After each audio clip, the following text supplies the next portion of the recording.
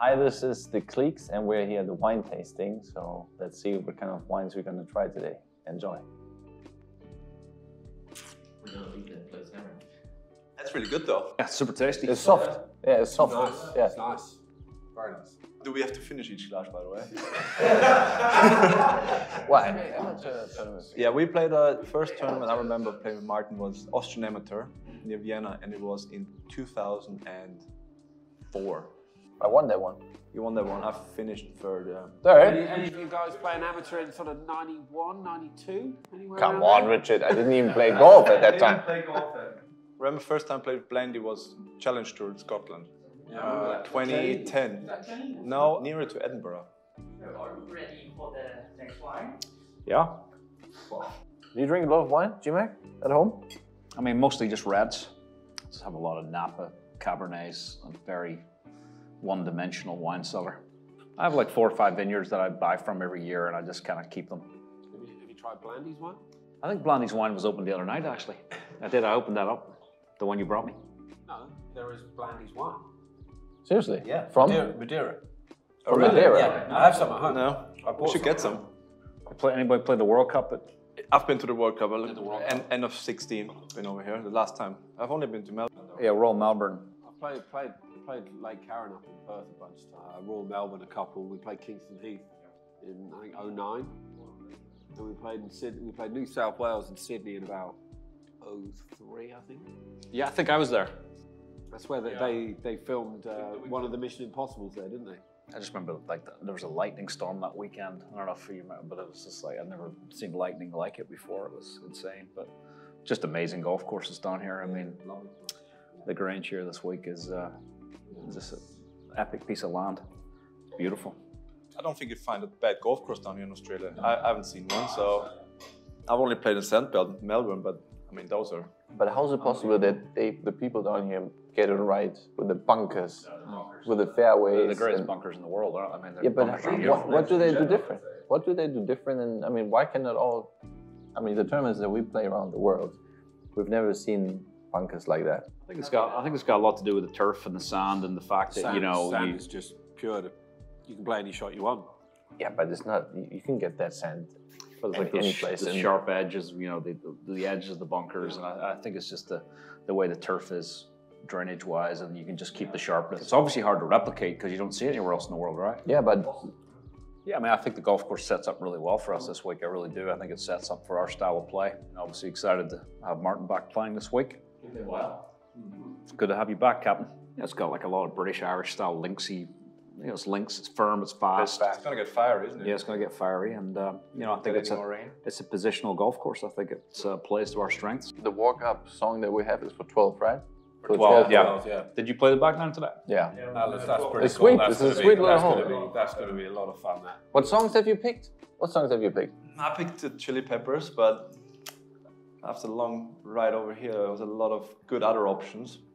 I'll tell you what, is it Guns N' Roses that just played Oh, there? yeah, yeah. Sweet Child Sweet Mine. Child Mine. That'll be a pretty good... Help was good though. What's that? Help. Help, yeah. Yeah, yeah. That's a good one. Especially if it's... If you're struggling over the first 11, Do you honestly? Do you feel a little bit from the alcohol already? I do. already after the first I'm glass. sensitive. You're a cheap date, aren't you? I'm sensitive. You're a very cheap I would date. be very cheap. I would be very cheap. What do you think, Bernd? I think I like it. You like that wine? All of them. I'm not an expert, but I like to have a glass with dinner every now and then. So far, I prefer the champagne the best. Yeah. For me, it was the second one. What was it? So the second one was Sauvignon Sauvignon Blanc. Sauvignon Blanc, yeah. Yeah, same champagne. Never go wrong with champagne. Love it. You had some for New Year's, no? You told me the story for New Year's. Yeah, when we were on a honeymoon, we ended up having 3 bottles of Dom Perignon. Just you and your wife. At about $800 a bottle. Well, I didn't realise that until I got the bill. Whoops. But We bought a racehorse in, was it October, November last year? I think it was maybe earlier. Maybe a bit earlier, yeah. Yeah, he ran for the first time December 29th. And randomly, he was an Irish flat horse.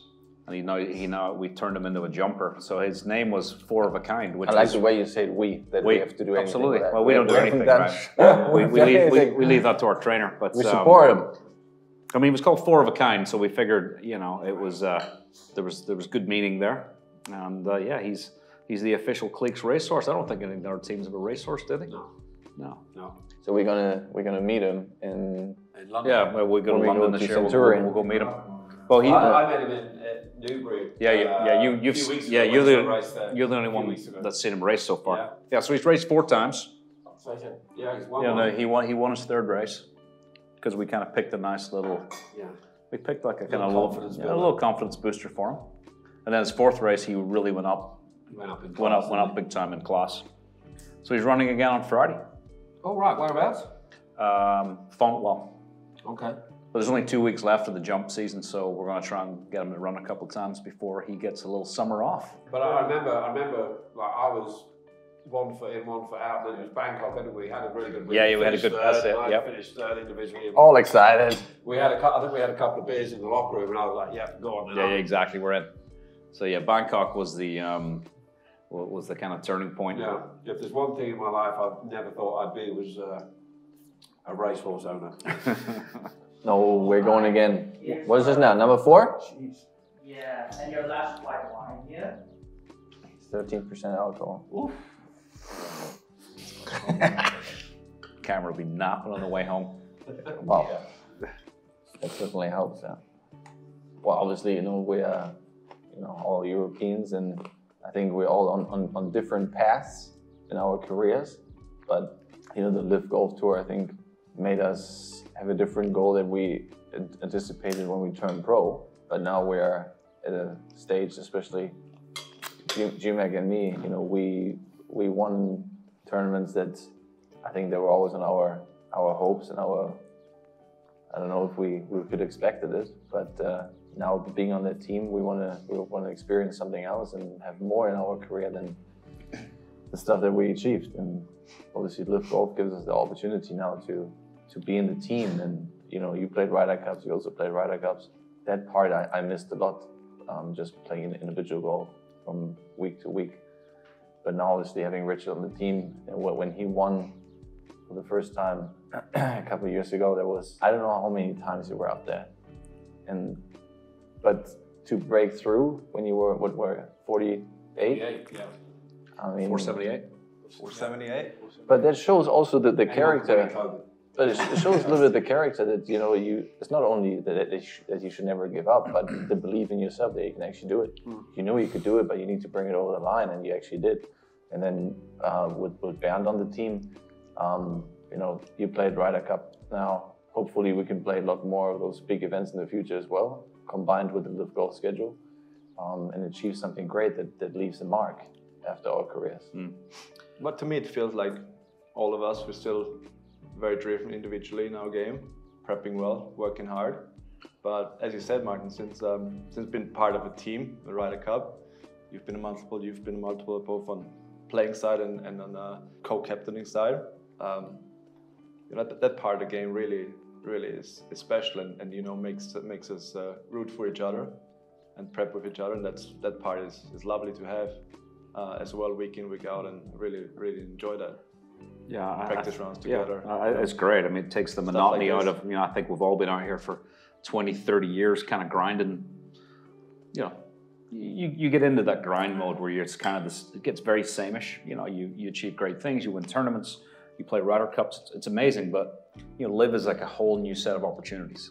And I think that, for guys, in their 40s, you're not in your 40s yet, Bernd, but I think new set of opportunities gives a new set of energy and motivation. And I think a lot of the players out here feel that, where they've had a little bit of a shot of energy in the arm, where you're motivated to achieve new things.